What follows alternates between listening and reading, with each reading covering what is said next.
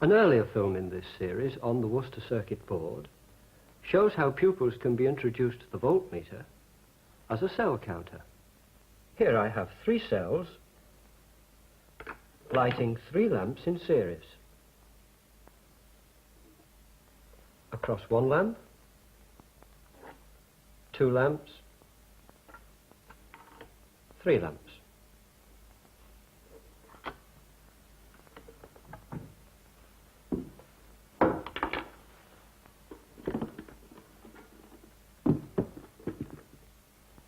A cathode ray oscilloscope may also be introduced as a cell counter.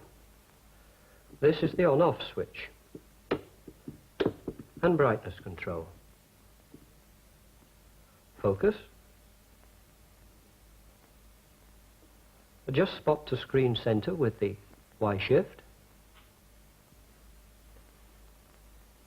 Set this switch to the DC position. These are the input terminals. I'll connect them across 1 lamp.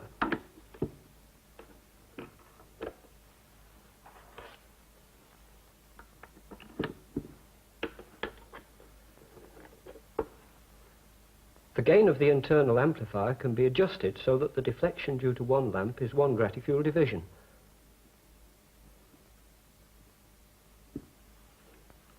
Now we're ready. Across 1 lamp, 2 lamps, 3 lamps. I'll reverse the connections.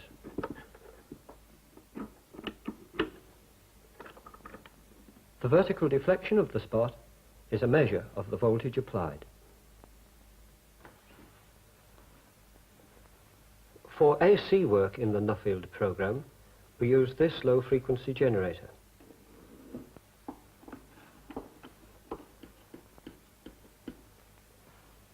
It consists of a wire-wound resistor over which these contacts move when the handle is turned.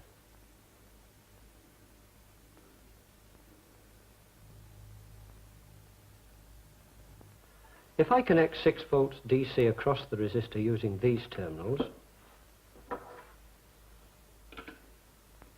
the PD between these terminals varies. It's like this.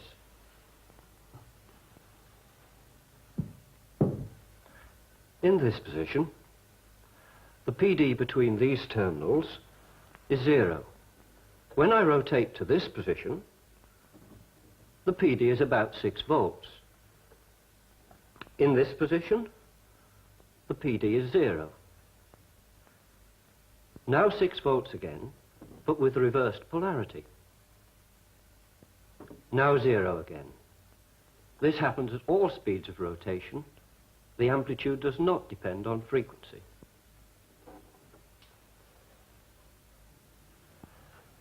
We can see this variation on the oscilloscope.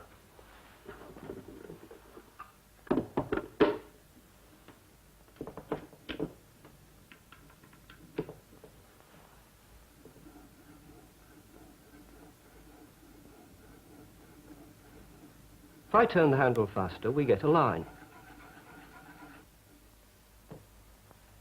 Let's look at the time base. Switch on.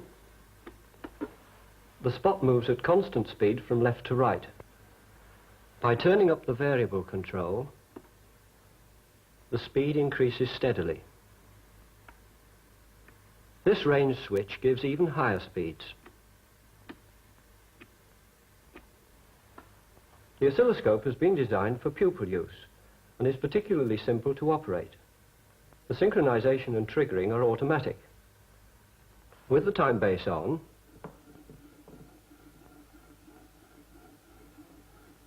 at higher frequencies,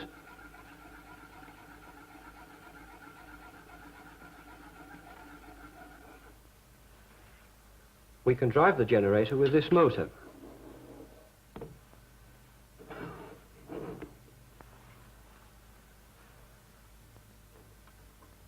This will give a steady speed of rotation.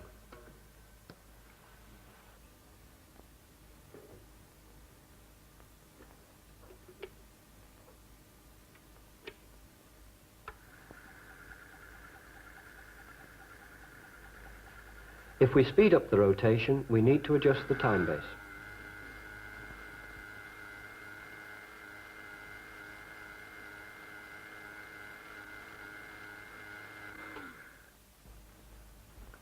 It will be helpful if pupils have a look for themselves at some 50 cycles per second AC. Connect, say, a 4-volt alternating voltage to the input.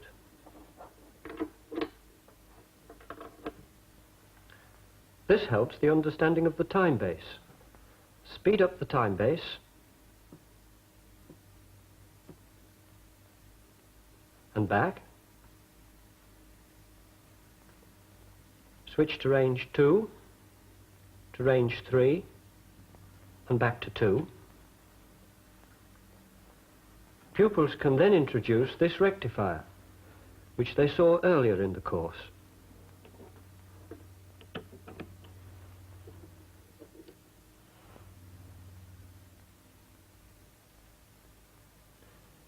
Incidentally, you'll notice I've had this switch in the DC position for the DC work at the beginning and for this AC work. It accepts both AC and DC inputs. I can show you the effect of switching to the AC position. Here, I have an AC trace superimposed upon a steady voltage. When I switch to AC, the DC component is cut out.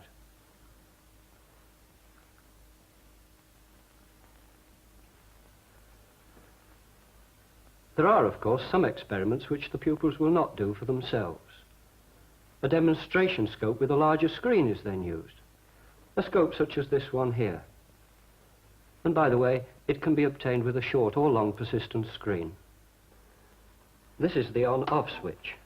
When switched on, it may be that no trace will be seen. To find the trace, set brightness at maximum, focus midway, turn trig level fully clockwise, stability fully clockwise. Now rotate the X shift backwards and forwards about its mid position, while slowly rotating the Y shift. Here it is, center, reduce brightness, focus. This center knob here switches the time base off. Recenter, reduce brightness. Now we're ready. To illustrate the use of the scope, I'll connect the Nuffield dynamo assembly to the input.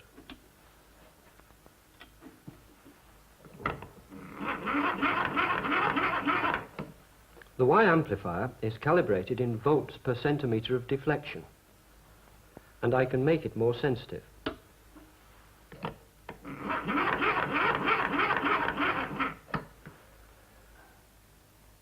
The time base is also calibrated. It's in the calibrated position with the X gain at minimum and the variable control fully clockwise. Now I must increase brightness and recenter. That's 1 millisecond per centimetre of travel. Let's change to 10 milliseconds per centimetre.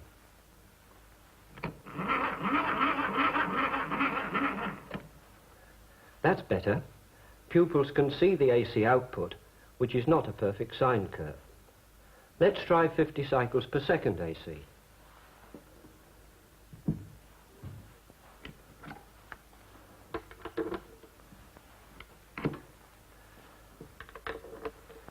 Too much amplification.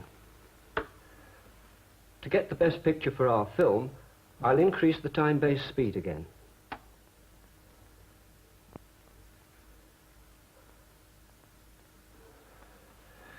The waveform is drifting. To synchronize it, turn back the stability control until the waveform just disappears, and then rotate trig level to the auto position. It's now well synchronized. If we change the variable control, or reverse trigger polarity, it makes no difference to the stability.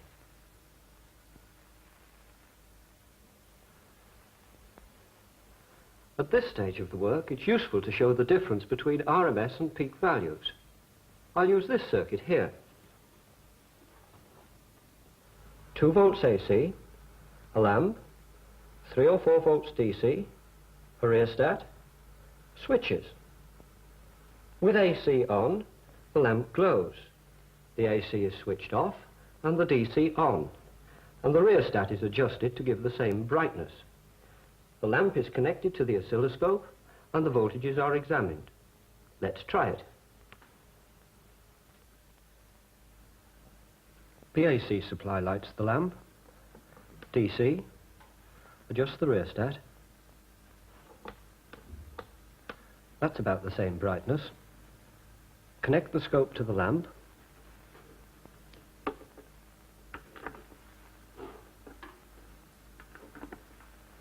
Both supplies gave equal brightness.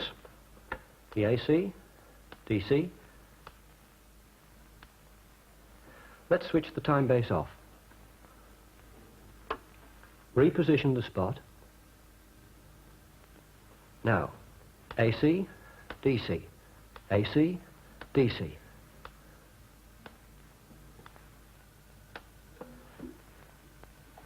This demonstration stimulates discussion and gives some understanding of the meaning of RMS and peak values. There's another facility of this scope which I ought to mention. This terminal is an output terminal from the calibrated time base. I'll show a use of it in measuring the velocity of sound. Connect the output terminal and the earth terminal to this amplifier and loudspeaker. As the time base sends the spot back to start the next sweep, a pulse appears at the output terminal and can be heard amplified from the loudspeaker.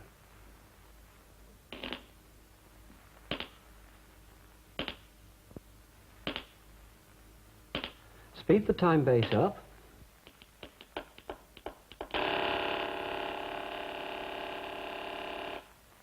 Now it's 1 millisecond per centimetre. Here's a microphone. Connect to the input. Turn gain up to maximum. When I turn the volume up, you will see the signal received by the microphone from the loudspeaker.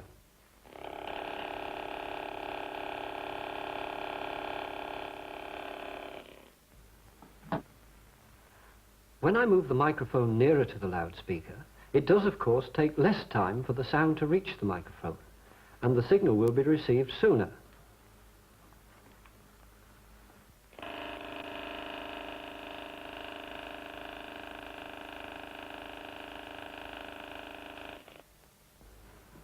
From the calibrated time base, I can find how far I must move the microphone for the sound to be received 1 millisecond earlier.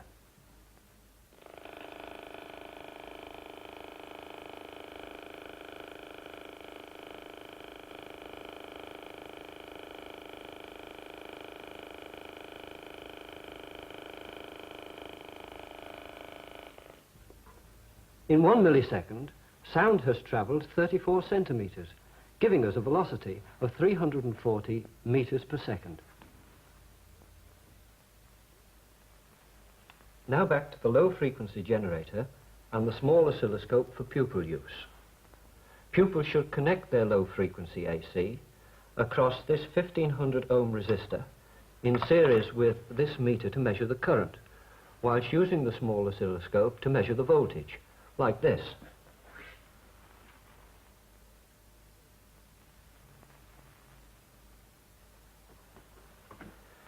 When the handle is turned,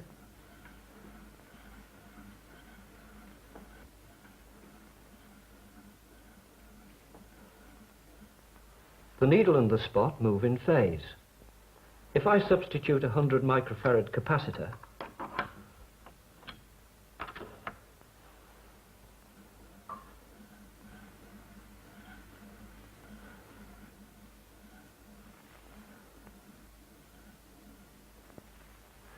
they move out of phase.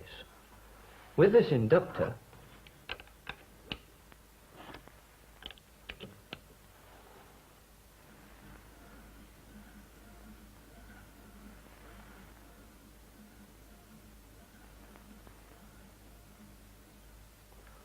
also out of phase, but not 90 degrees this time, because of the resistance of the 12,000 turn coil. At these low frequencies, the phase difference can be shown with meters. With the resistor,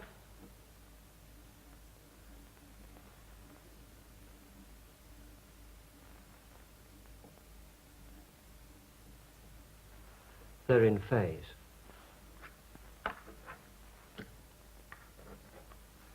With the capacitor,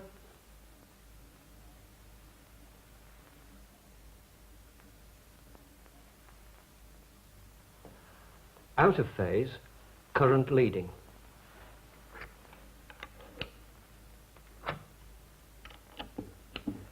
With the inductor,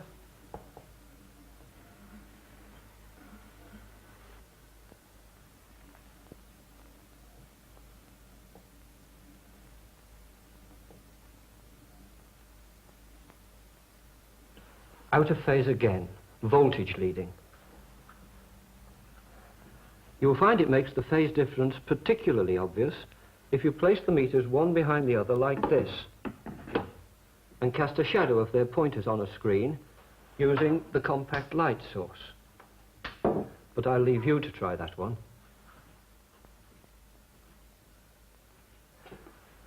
This meter can follow slow voltage changes,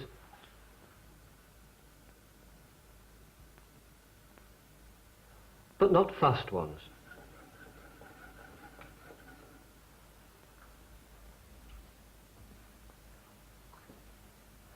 For these higher frequencies, we must use AC meters.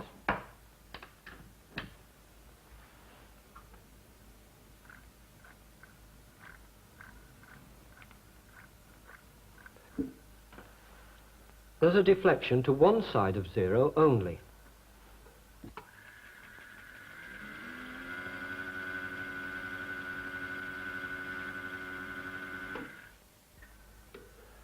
At these higher frequencies, we get a steady reading.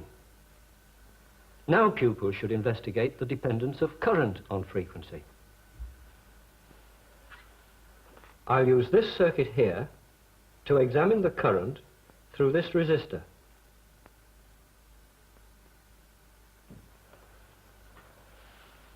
Connect the milliammeter .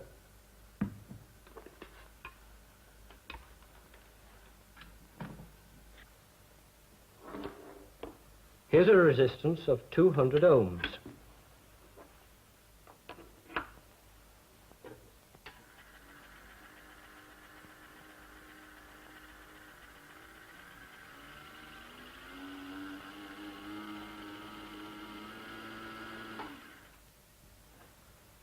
No change of current with frequency. Let's substitute a 100 microfarad capacitor.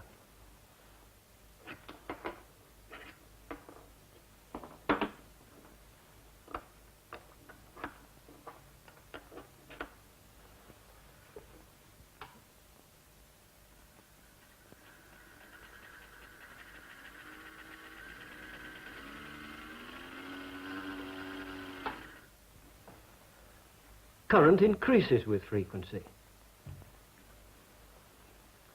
Let's try an inductor of 1200 turns.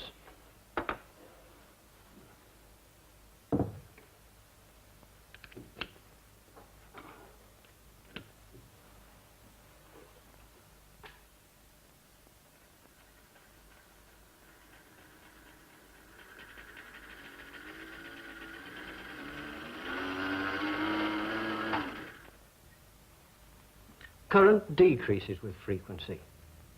Let's try capacitor and inductor in series.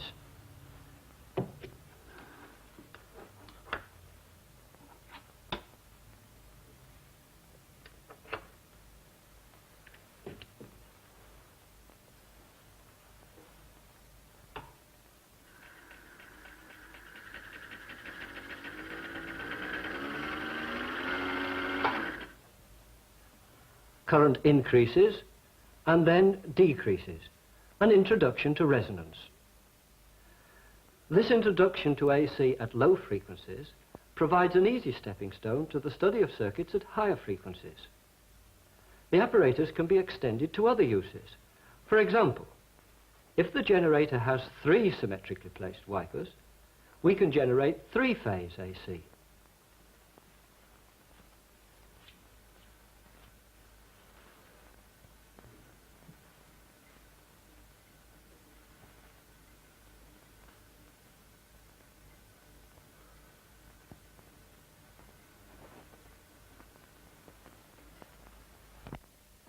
But this goes further than required in an elementary course, and I'm sure I've done enough to show you the possibilities and what a powerful teaching aid this apparatus is.